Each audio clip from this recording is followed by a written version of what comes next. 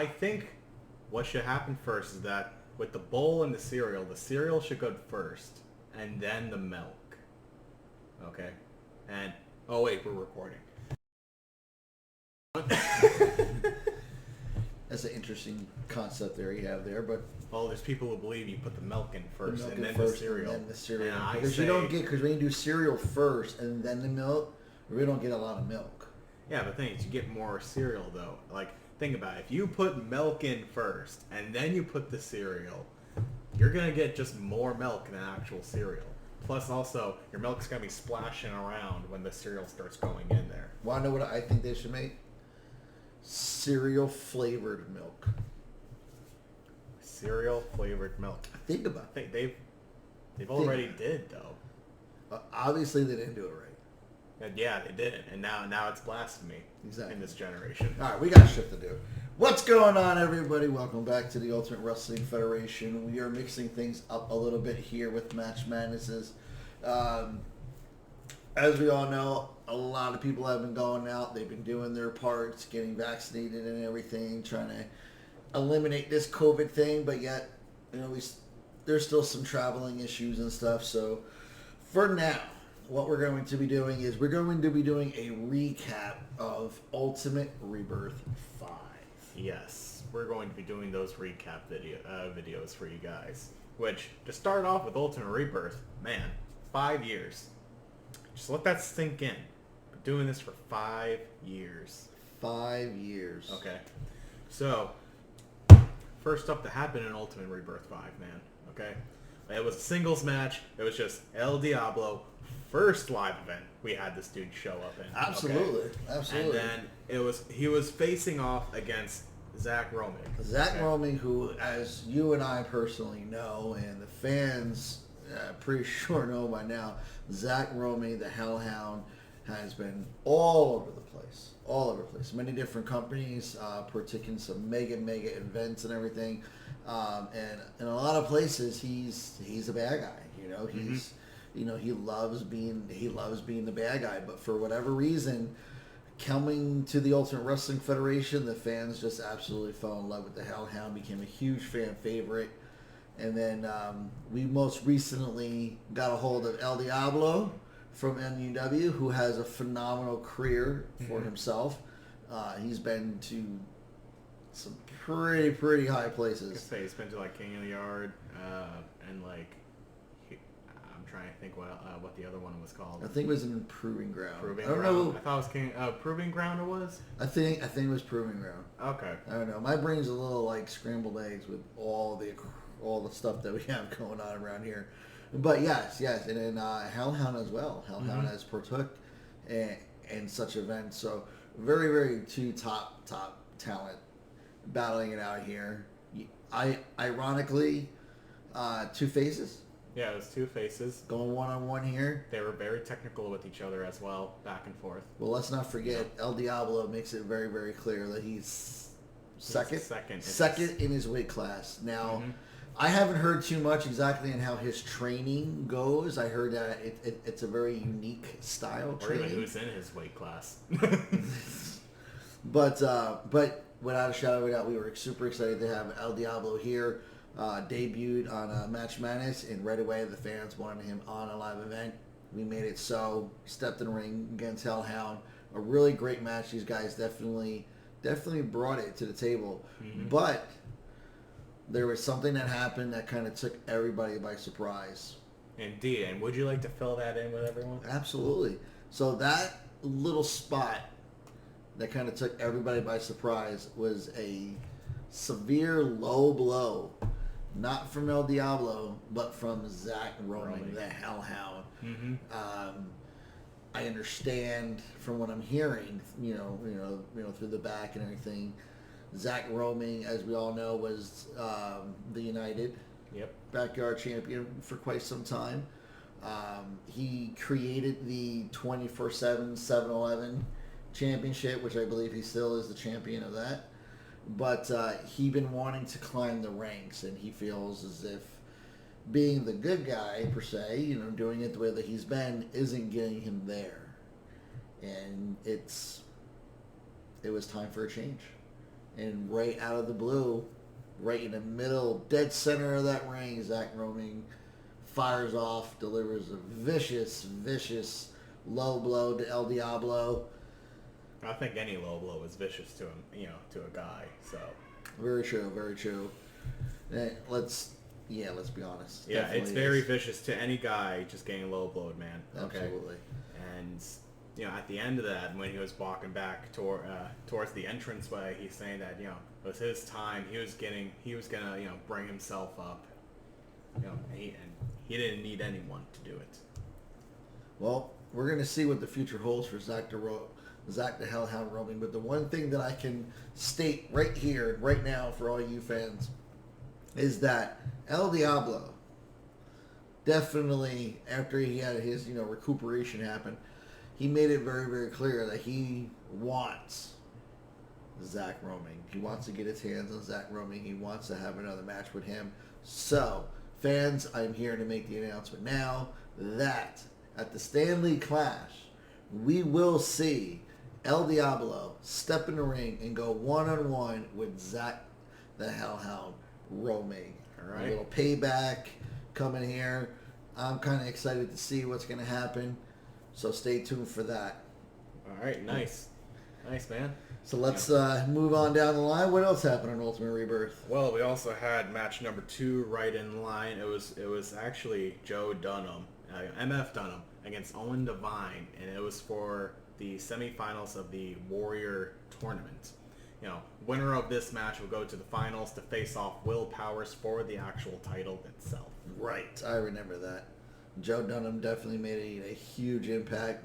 Really, really short in his career here. Really climbed the ladder pretty fast. Not only is he a tall guy, he's a strong guy, and he's got words that he could back up. Absolutely, hands down. But he was stepping in the ring with the Divine One, Owen Devine, somebody that you and I both know very, very well. We have several matches against him. Joe Dunham was going to have to bring his A game and be focused, ready to go, and make sure he was on point with everything, because Owen Devine, all Owen needs is that one moment, and he seizes that opportunity, and he makes sure everything after that counts. Yep. And let's not forget, Owen Devine, as smart as he is, he knows he's going in there against Joe Dunham. Like you said, a big, strong guy. You're going to have to, hold your own and let him tire himself out. But can you fill in for the fans here as to what actually was Joe Dunham's downfall? What was Joe Dunham's downfall, you may ask? That's what you're asking me right now? That is what you're I'm putting asking me you. on the spot right spot here. there, sir. Okay, well, actually, I have no idea. No, I'm messing with you. So what really happened was that Joe Dunham wasn't actually mentally in that match, because currently during the match, the person who was commentating at the time was Cyrus the It Factor. Correct. Okay? Now, last time that we all know from last year that Joe Dunham was trying to get a hold of Cyrus to possibly do another rematch. Absolutely. Okay? And the It Factor had no words to say for that entire winter break, and even when Ultimate Rebirth began. So now seeing the It Factor here commentating his own match right here, that pissed him off. Yeah. And he wanted his answer, and he wasn't giving him his answer. Yeah. Then again, on the other side, the It Factor was insulting him during that entire time. He as well. wasn't insulting He him. was, He if you was think pointing about out it. facts. Joe Dunham was paying too much attention to Cyrus on the outside. He should have been in that ring, gun-ho, focused on Owen Devine, and focused on moving along to face Will Powers for the Warrior Championship. Did he do that? No. He wasted too much time. He had plenty of opportunities to put Owen Devine down, but what did he decide to do? He actually pushed him off, went towards the corner, started yelling at the It Factor. Exactly. And then right when the moment showed up, Owen Devine went in for a roll-up, and the ref counted it down. And that was how Owen Devine won that match and went to the finals to face off Will Powers that same show. Absolutely. And Owen Devine definitely more than earned it. Joe Dunham, I can say definitely earned it. But again, the attention just wasn't there. He should have been able to block out the It Factor Cyrus. He just did what he needed to do. And who knows? He could have been the new Warrior Champion. He could have took down Will Powers, but in the end, he did get what he wanted. He got a hold of Cyrus's attention, and after that match, them two set up later when the It Factor and Joe started fighting in that ring. If they were having that match that day, later in the show. Yes. Well, fans, I was pretty. Let's see here. You know, when everything happened with Okami, you know, she started her run back. She started doing little things here and there. You know, she's talking about the new year, being fresh, being ready to go, and everything. Okami was venturing out of just the women's division. She was going to be leaning on into doing the mixed division here, and all of a sudden she wound up receiving weird messages. Mm-hmm.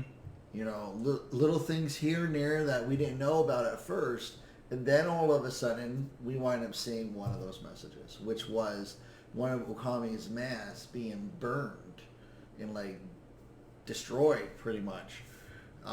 And then it was later on to where there was yet another mask. I believe it was during the Match Madness. Okami came out, was addressing the fact and everything, and then that's when I came out with another box that was on my desk, and whoop-de-doo, there's another burnt mask in it.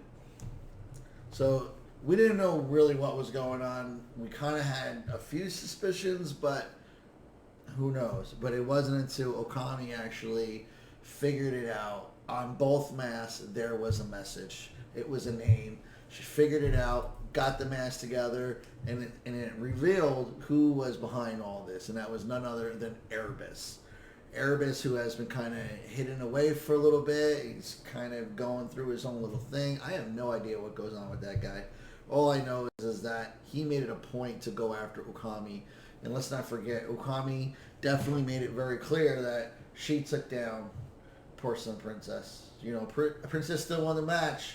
You know, she kept the title, but it was Okami who destroyed Death. She took out Death. You know what I'm saying? You know, so she made it a point that there's nobody that's going to be able to stop her.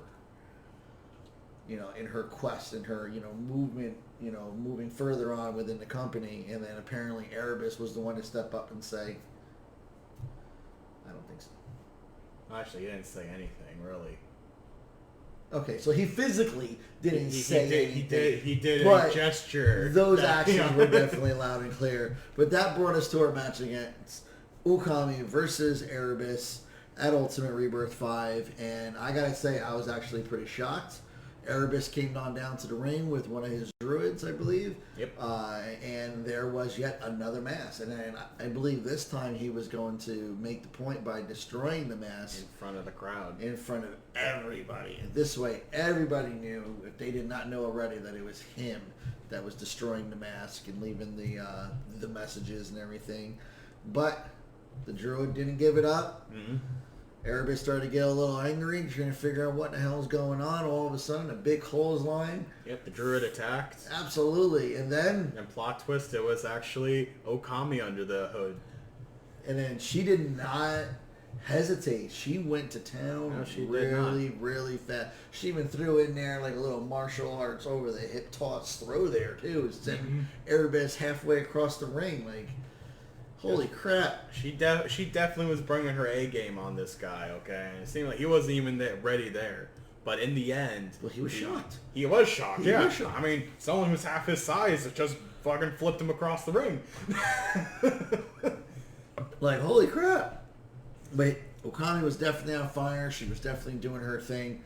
And then, but she just went to the well just a little bit, one too many times with those kicks. Erebus caught on and then ended up taking control. Mm-hmm. But Erebus was smart. I don't believe Erebus was looking for a win. I believe Erebus was looking to basically take out Okami because he went after that leg and just picked it apart piece by piece. Okami definitely started coming back. Mm-hmm. You know, she started doing her thing a little bit. But again, went to the well one too many times, going up to the top. Finally, Erebus caught her. Chokeslam, down. 1, 2, 3. The match, that was it. The match was over. Match was over. Erebus won. And then all of a sudden, the referee who was kind of provoking Erebus. I How guess the referee provoked? he was the provoking. referee. The referee literally was calling bringing him his hand names. up. He The was referee was picking not on his face. No, that is not right. The referee was not calling him names and picking his face. Okay, the referee was calling it down the middle, and Erebus kept choking out Okami, and he was gonna disqualify him. Right as he was gonna lift his arm to be like, "He's the victor," Erebus threw his arm, choke slammed the referee, and continued to attack Okami. Then we had a second referee run in there, and he got his ass kicked quicker than the first one. Which, mind I tell you before I continue going on right now, that there's some discussion during the back right here, okay? Off camera, we were talking about it. Yes. And we are actually going to reverse that decision the referee did that day. Erebus, I am not making that decision. That was not me. That was all him. Just Yes. to make this very, very clear. Don't you dare put this on me. Either way, the decision is being changed. Okami won the match officially, but that second referee got knocked out, okay? Yes. Erebus attacks some more, and then all of a sudden, we hear another theme song happen, and we haven't heard this song in forever. We see who the fuck is here. Casey James runs down to the ring with a steel chair in his hand, and he beats the crap out of Erebus with the chair. Casey James making his epic little return there, saving Okami from basically Erebus basically almost ripping her knee completely off the socket there. So it was definitely pretty exciting to see Casey James back here. The last time I've seen Casey James was putting him inside the casket. No, last time we saw Casey James was after the casket. He came back. Yeah, he faced Yankee. Oh yeah, that's And right. that's when you got bashed in the head Oh with yeah, the chair. see all those chairs, all those chairs. Well, really, it's I the tell you. chairs, the kicks, the boys. Like so much stuff that's going on, not only on Unbelievable. your knees but also your head. So, Unbelievable. So yes, ladies and gentlemen, congratulations to Okami. The decision was made to reverse the referee's decision. We even had a discussion with the referee, who after everything happened wanted to reverse the decision. So that is definitely in the record books due to the choke slam on the referee, the attack on the second referee and everything, the attack on Okami after the match. Yep. It has been reversed. Okami has won that match. Now, we got to give you an update on Okami at this particular point in time. She did suffer a severe damage to that knee. The ACL was damaged. She's definitely going to need surgery, so Okami is definitely going to be out for quite some time. hear that, kids? When you're wrestling, make sure your knees are good as ever. Okay, Yeah, or they're exercise, done. So, eat right, take your vitamins, all that stuff. say your prayers, eat your vitamins. Okay. Be a good one out there. Okay. Don't be like do your Hulk do your schoolwork. Do your schoolwork. And unlike Yeah. you didn't do your schoolwork because you skipped a match right here. Okay. I You always skipped did a my match schoolwork. right here, okay? Skipping work, okay? It's all right. On the paper. So yes, we have some things written down here, and you know what? I decided to mix it up a little bit. and you're not following the script. No, it's not a script. But anyway, there was another match before Erebus and Okami. Yes, there was. And this match actually was going on for a bit. This was Caleb Cross versus Vlad. Okay? Yes. Now, I gotta there is- say, one hell of a match from Vlad. So kudos to Vlad. You keep cutting me off. All right, so go ahead. So listen up, okay? So And this there's match was absolutely epic. So here's what's going on with this match, okay? Now we had the Marauders 2-on-1, okay? The Marauders was facing Vlad, and the titles were on the line. Yes. Okay. He couldn't get a partner, but he wanted to fight us. Okay? Right. So he was actually kicking the Marauders' butts. Yes, okay? he really was. He really had Barry that was match. right there. It was happening right there, plain as day. Everyone's seen it. Absolutely, Okay? he had that match won. Until Bone Daddy gave a signal, and all of a sudden, who do we see running with another steel chair from the corner? We see Caleb Cross comes on in, boom, hits Vlad. Referee, I do believe was knocked out. Didn't see it. One of those. Typical. But he picked up Vlad, threw him in the ring. Marauders did their finish. That's it. Lost it right there. Then Vlad was very mad about that. He To the was. point to where during Cross's match, during the Warrior tournament, his music miraculously played, distracted Cross, and Scorpion got the win over him. Wasn't paying attention to the match. Now, both these two ready to duke it out. And here we are, Ultimate Rebirth 5. And what are these guys thinking? Casket match. It became a casket match. Why are you very quiet over here now? Yes, it did. It definitely became a casket match. There was a table involved, which was actually pretty cool. Two tables, actually. There was two tables. No, table and an ironing table. An ironing board, table, whatever it was. It was something from the 1970s. I can definitely tell you that. And it definitely did not last very long. It did not. But clean table break, though, I had to say. it was actually pretty good. Like, these guys definitely really went at each other. Kayla Cross, as we all know, is definitely somebody that is not afraid of pain, punishment, or anything, whether it's him giving punishment or him getting it. Yeah. Coolest he pretty thing. much thrives on the pain. Well, I don't know about that thriving on the pain part, because right then and there, when they added water into it, woo! Man, Vlad was definitely drowning that boy in there, okay? Yes. So there was definitely a little bit of intensity going on there with Vlad basically almost drowning Caleb Cross in a 5-gallon bucket of water there. Not once, but multiple times. But let's talk about the casket. The casket came into play. Not only was it the casket, it was a wicker casket. It was a wicker casket. So there's holes freaking everywhere, okay? It was a very, very nice casket and everything, I have to admit, but it's a wicker casket, so there's holes everywhere. So the dangers of that is that when it came down to basically setting this thing on fire, so the object, as we all know, casket matches, to take your opponent, put it in, close the lid, match is over, end of story, yeehaw, everybody go home, drink a beer. No, that did not happen here. Caleb Cross wanted to make sure that Vlad was done and gone. Now let's not forget, not too long ago, Vlad and Joe Dunham met up to become a tag team, basically a tag team, yeah. Yeah, like a little fraction there.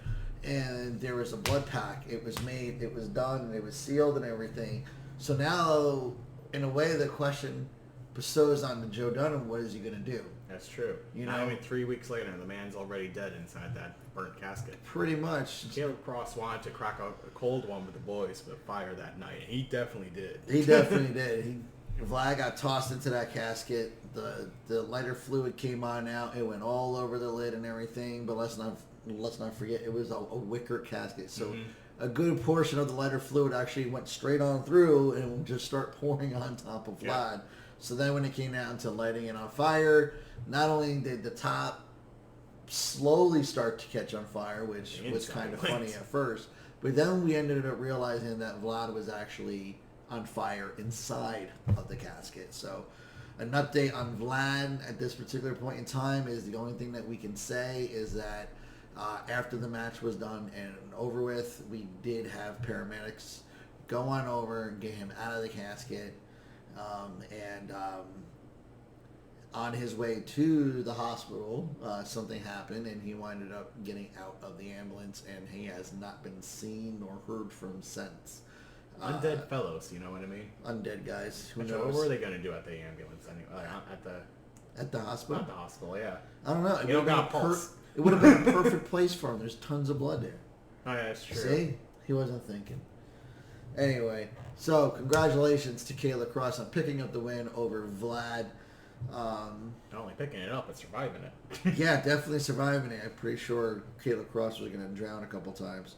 So, congratulations to Kayla Cross, though I have a feeling that the extreme side of Caleb Cross, this is definitely not going to be the last time we see it here in the UWF. That is true. Talk about extreme, though. You want to know something that was pretty extreme? Erebus versus Ukami.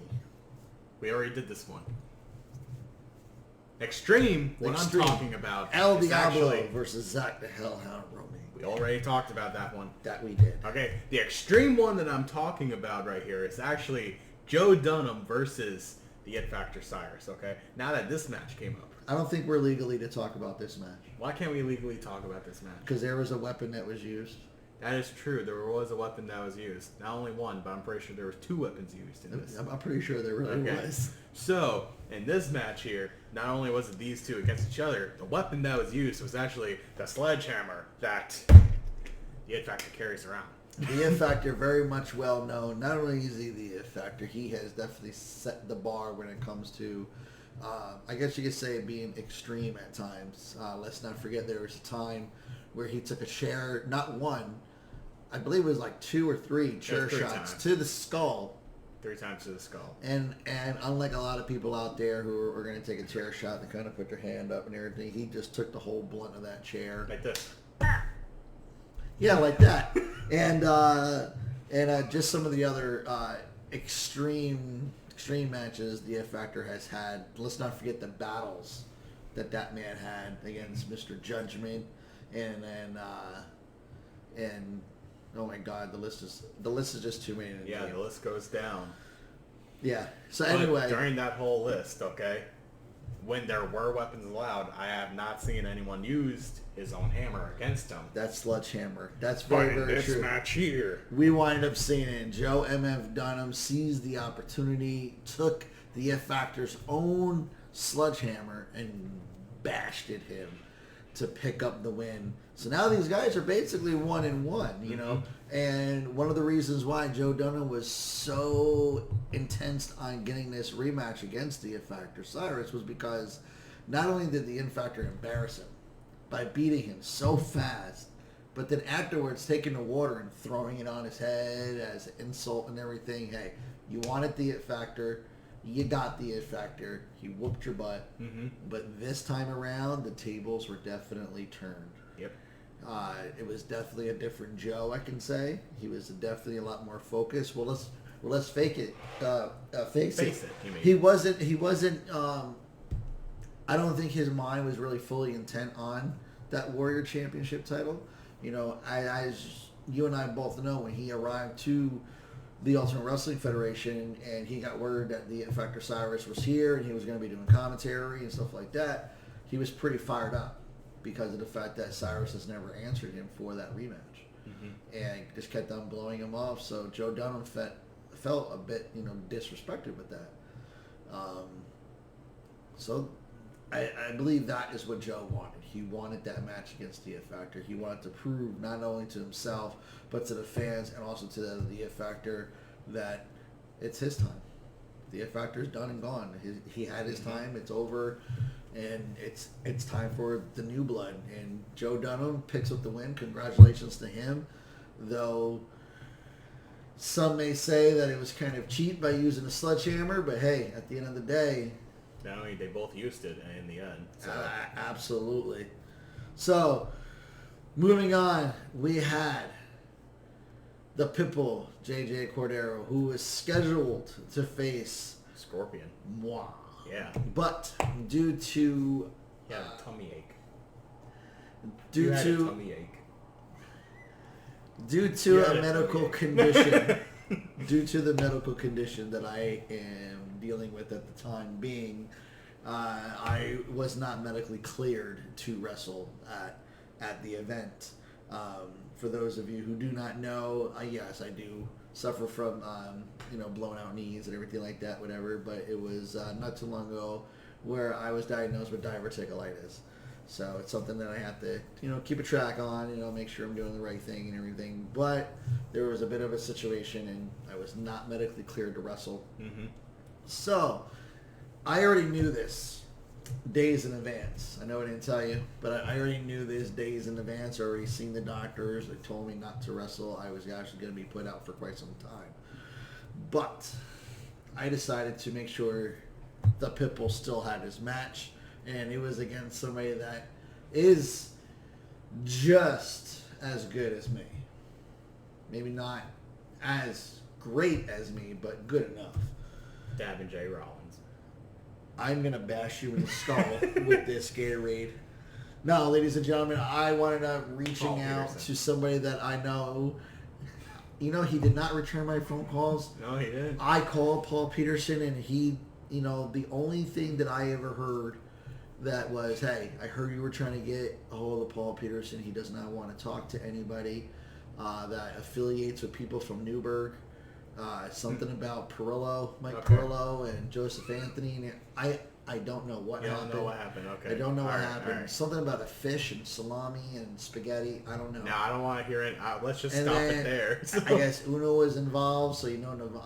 Anyway, so I wound up making a few phone calls, and I got a hold of somebody that I know pretty well, somebody that the fans wanted to see me go one-on-one with a while back, and that is none other than the butcher of the slaughterhouse, Shadow Grim. Shadow Green. Shadow Grim, that's All right. right. It took me a little bit, but finally got Shadow back here in the Ultimate Wrestling Federation. My fingers crossed is that this was not going to be the one and only time that we were going to see Shadow. There's still some negotiations going on. I mean, Fingers crossed he will be here a lot more. I definitely hope it's not his last. Especially what happened during that match, man. What happened during that match? Do you know Do what I happened? know what Do happened you during know that what match? happened? I definitely know what happened during What that happened match. at that Okay. match? What happened during this match was that Shadow was actually really dominating against Cordero during that match. Okay. Not only was there the size difference, he was just better. Okay. We could just see it right there. But Cordero had the chance to go ahead, get the top buckle, loosened up, Right, get the cushion off, expose it to the crowd, to the camera guy. The referee clearly seen it right there. I mean, he saw it, looked at it, saw the untie, and then Shadow ran for it, He went hit his with that head running onto knee. the buckle, and then Cordero went for the finish, pinned him, and the referee called it straight down the middle. There was no cheating at all. I call that hoax right there, ladies and gentlemen. So as of right now, what we're going to be doing is that we are definitely going to be reaching out to Shadow Grim to have a slight discussion as to what he would like to have happen in this matter. I am in hopes that maybe we can pull something together for the Stanley Clash. Maybe see these guys go one-on-one. Maybe make it a no DQ style match. Let these guys really be able to go at each other. But again, it's all up to whether or not Shadow, reaches out to us in time. Stanley Clash is coming up awfully fast, so if not at Stanley Clash, then definitely down in the future, I want to see these guys go at it one more time in a no DQ style match. And frankly, you know what? There is a piece of me. So let's bring it back a little bit real quick here. Vlad is known in his old company. Very dominating, very feared, very, very, on top. You know what I mean? Coming to the Ultimate Wrestling Federation, he started at the bottom. He had to work his way back up. And you know what? He really hasn't been able to really climb that ladder. Vlad just didn't fit. You know what I'm saying? Okay. So one of the best matches that Vlad has had here is with Caleb Cross in that casket match. But as we all seen, Vlad lost. Yes. So I think that Vlad needed a rebirth. I think Vlad needed to kind of go back to the drawing board and reinvent himself, kind of a deal. So what I'm saying is that Vlad coming from another company to this one, the Vlad did not work. Shadow Grim, the butcher of the slaughterhouse, one of the most feared men in the NUW, coming into the Ultimate Wrestling Federation. When you hear that music, you get chills. Your hair stands up. You get scared. You get nervous. All that stuff. I've spoken about it plenty of times on Flashpoint. Then when you see him come through that curtain, it's just everything stops. Everything's at a standstill. But is the man behind the paint?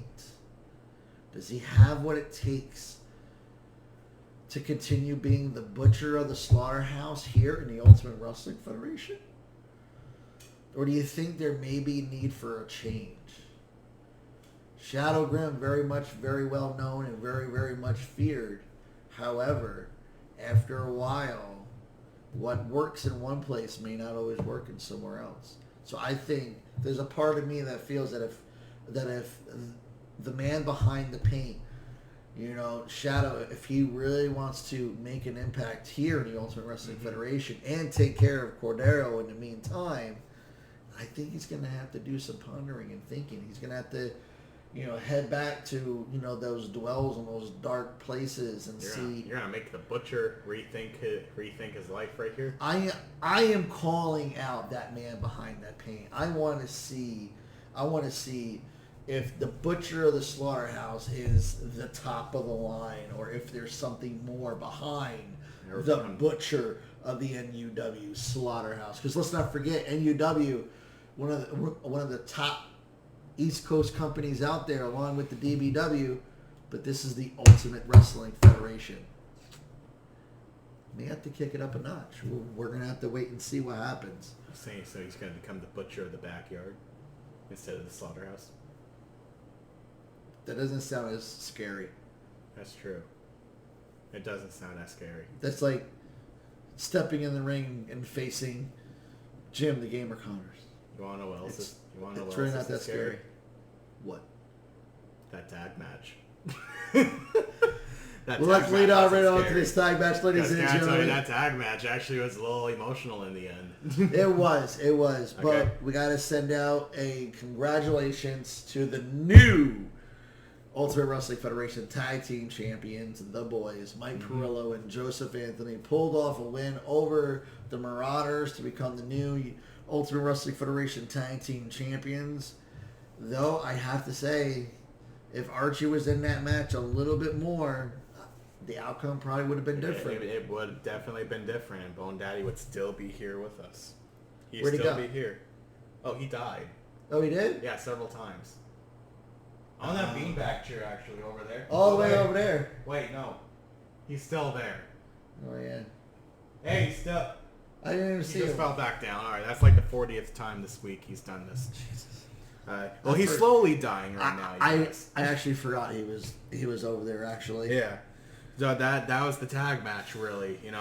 Bone Daddy, we could have sworn we lost, but right now, from what I understand, Archie is having Mysterion be Bone Daddy's replacement on the team.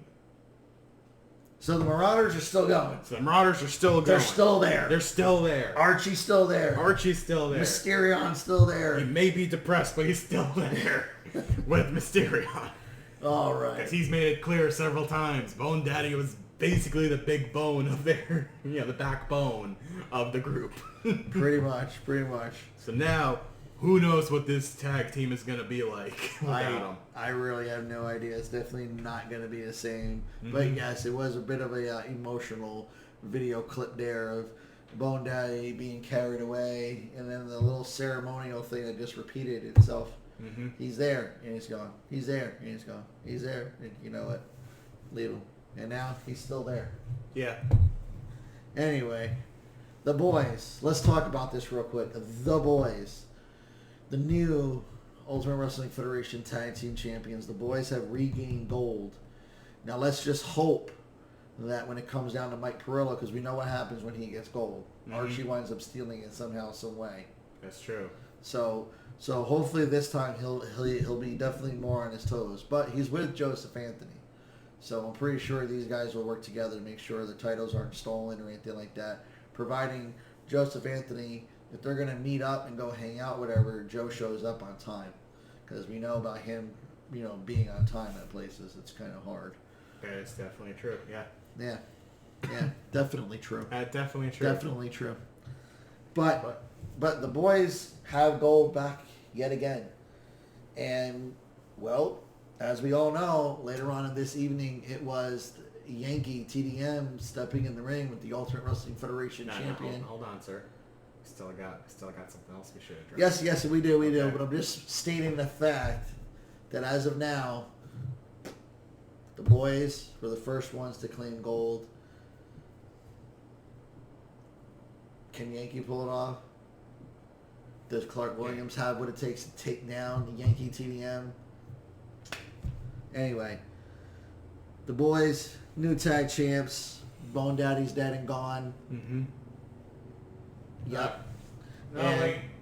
He's still there. No, not anymore. Screw it. Okay. We just got to bring him out back and just bury him.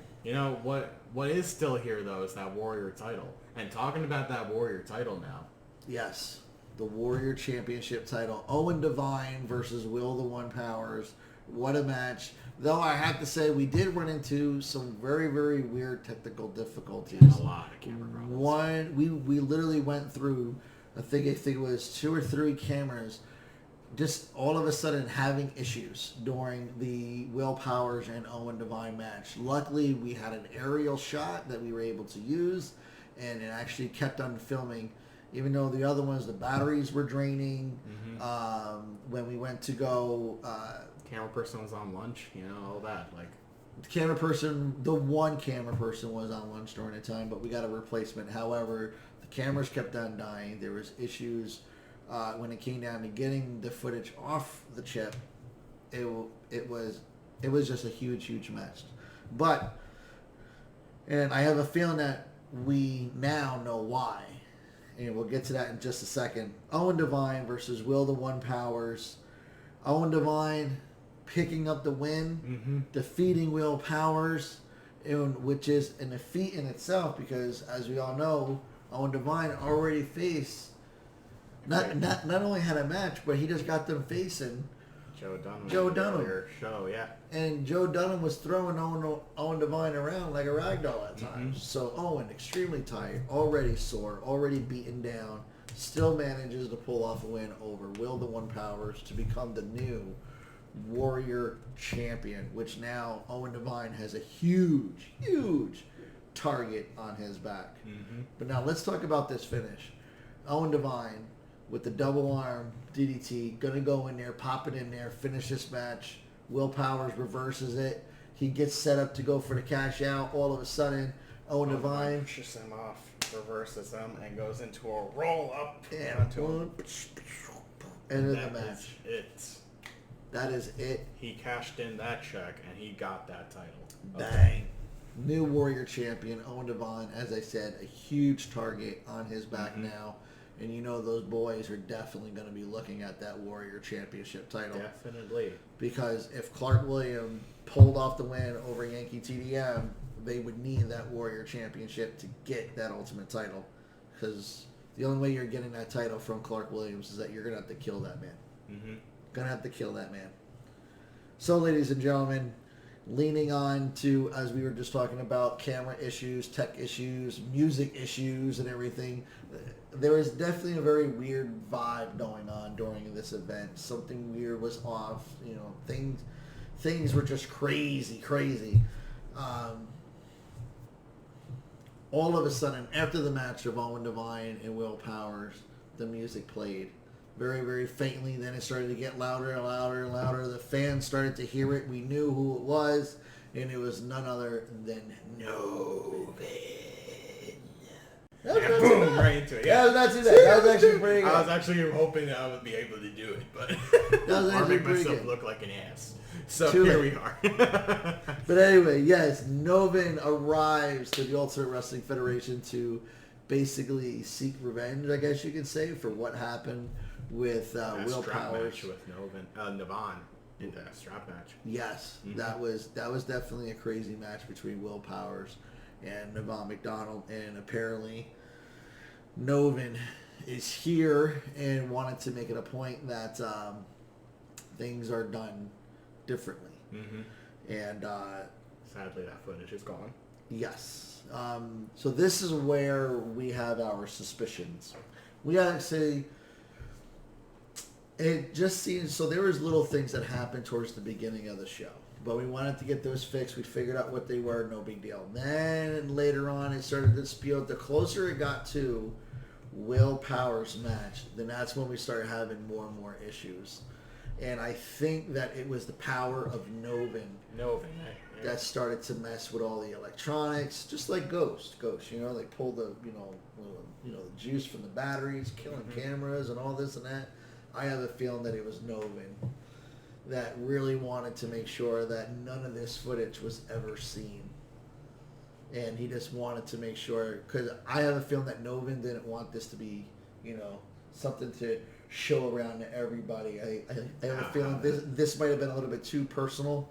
So, I mean, he did leave one piece out of that, and that was Will Powers at the end for basically, letting go. Yeah. Being let go on the show. Yeah. So, he did his own retirement, left his belt in the ring, and that was it of him. Yeah, ladies and gentlemen, towards the end of the match, one of the cameras we managed to get back up, fired and working. And like I was just saying, just turn around and said that maybe it was Novin's way of making sure, at least something was there. But we managed to get one camera up. So what we're going to do is, during this thing here, we're going to go ahead and put it up there. And then you guys can check that out as well. Yep. But, We're going to upload it right now.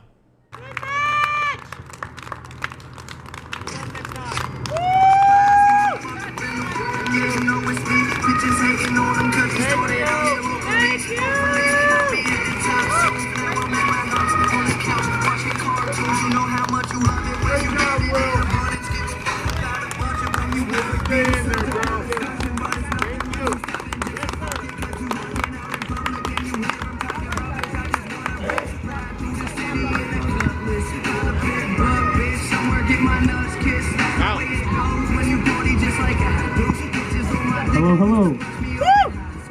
Thanks for watching. Yeah! I appreciate the support. Of course. Thank you. But this is my goodbye. What? I got a lot of personal things going on with family, so I want to say thanks for everybody I've been in the ring with. Woo! Thanks for keeping me sane Yeah! and giving me sanity. Woo! But goodbye. Thank you, Thank Will. you, I love you, Will. Thank you, Will! Thank you, Will. Thank you, Will! Yeah! Yeah!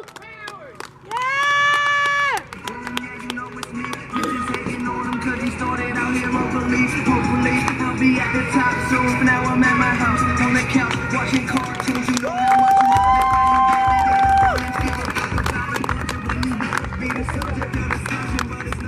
So there you go. Wow, that's pretty crazy. But I just, I know, right? but Hour I of just, editing. yeah.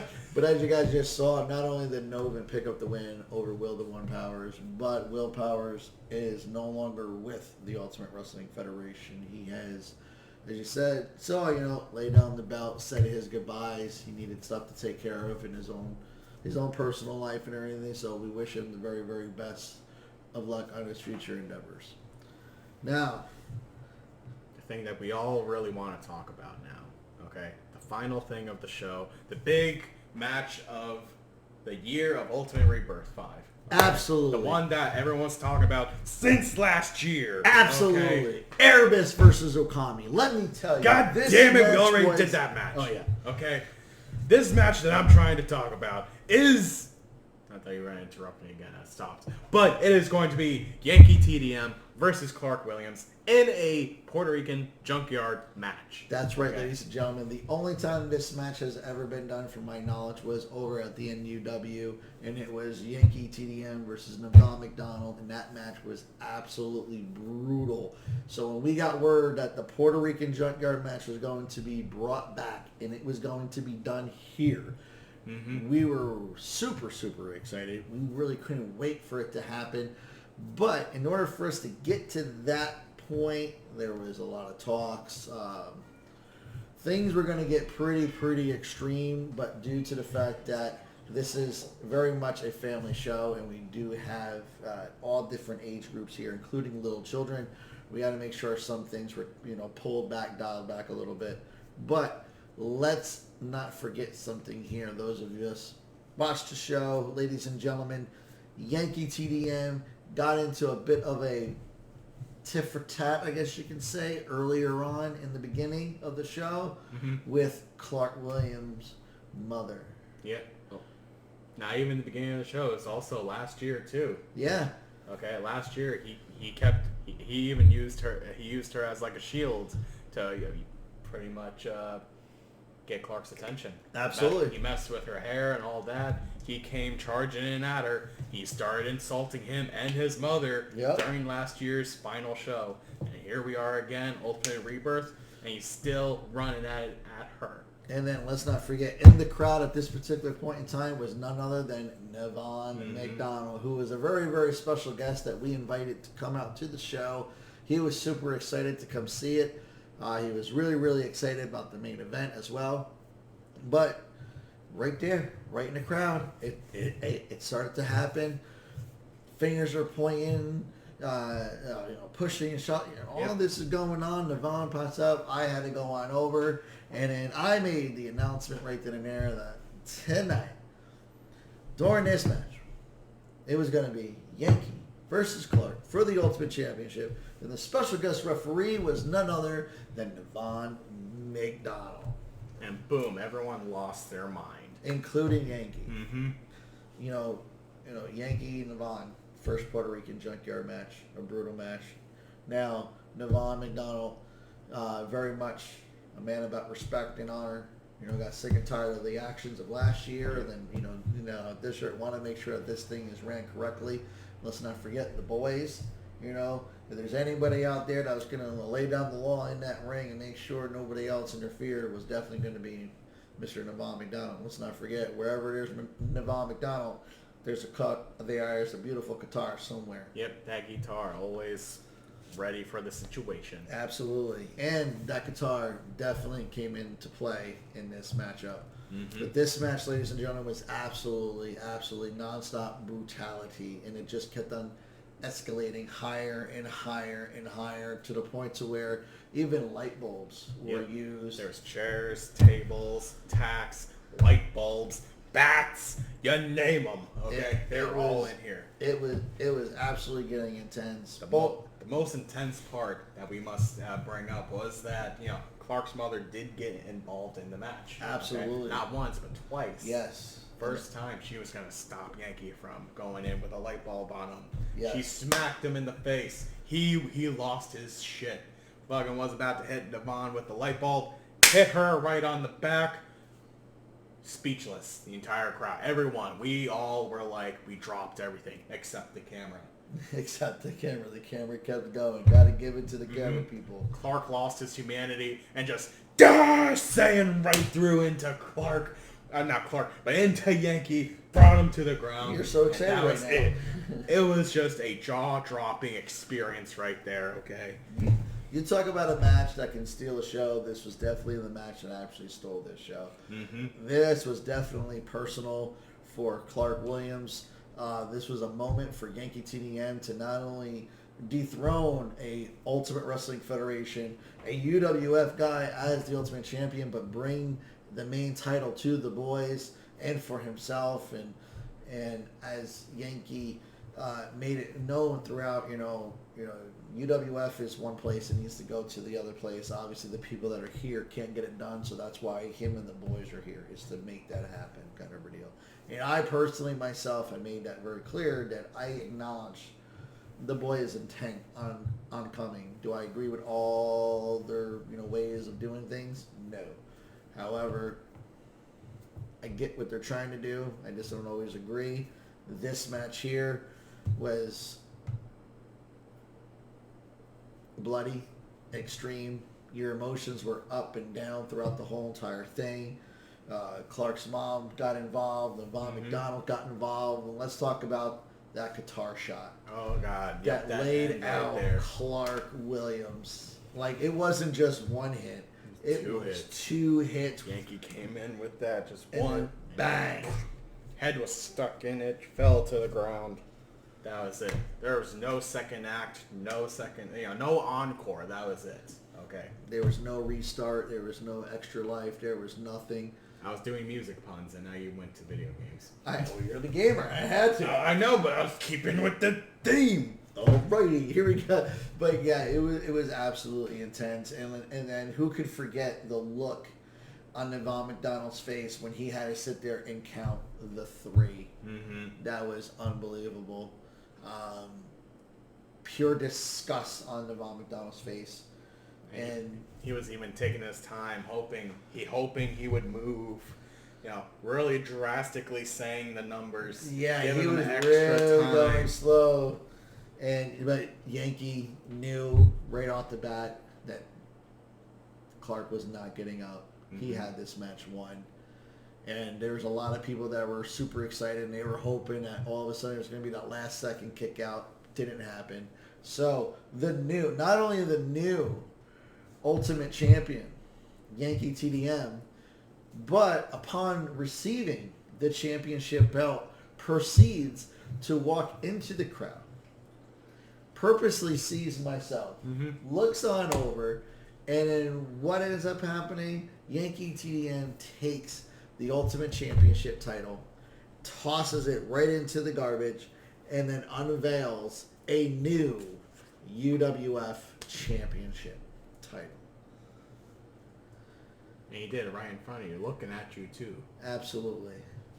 I have to say, it was definitely a very, very bold statement. It was definitely intense kind of a deal. Kind of like the style. Yeah, you like the style. Kind of like the style. I don't know. I don't like that at all, man. It kind of made the point, I guess you can say, out with the old and with the new. Not too shabby. I don't know. I like that Not too shabby. winged eagle. So did I. You know, it was definitely pretty expensive to have customized and everything. Yeah, but and then he just threw it in the garbage. I get that. I'm pretty mad about that. I am too.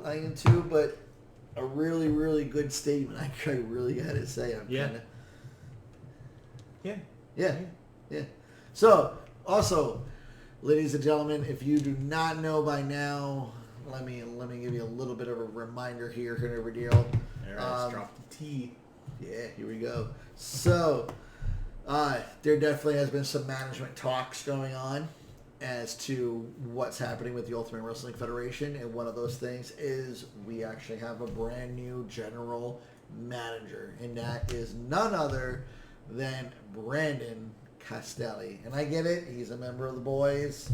You know, the boys stick together, they're a close-knit group and everything, but he did assure me that yes, he may be a member of the boys, and they will always be the boys and everything. However, business is business, and he will make sure that what's best for business will be done here in the Ultimate Wrestling Federation. And as it's always stated, most recently, UWF is at a certain level. It needs to go higher and higher and higher, and then it will definitely be done. All right. You don't see any problems that's going to happen with this. You even voted yes on it. That is true. I know. At first, you voted no 13 times, but eventually I you did came say out. I did say no a few times. And I was like, nah, man, I don't like it. I don't like the idea. I don't like the idea. And then you convinced me, and I was like, fine. So now, ladies and gentlemen, we have a brand new GM, brand new general manager, Mr. Brandon Castelli. So congratulations on his brand new role. I got to say congratulations to the winners of Ultimate Rebirth 5. As you said, it was year number 5. And they definitely did a great job. Okay, They really they did. did great. Okay. Every person participated in this event. Fantastic job. And as always, we want to send out a huge thank you, not only to the wrestlers, but to all the fans who take the time to travel all the way out here, come see everybody live. You guys are always fantastic. And even you guys watching this right now, okay, the online fans, you guys are fantastic as well. Okay? Absolutely. So as I said before, we're gearing up. We're getting ready for the Stanley Clash. That's going to be an absolute epic show. I'm pretty excited about that one. Though I think we're going to be switching it up a little bit this time.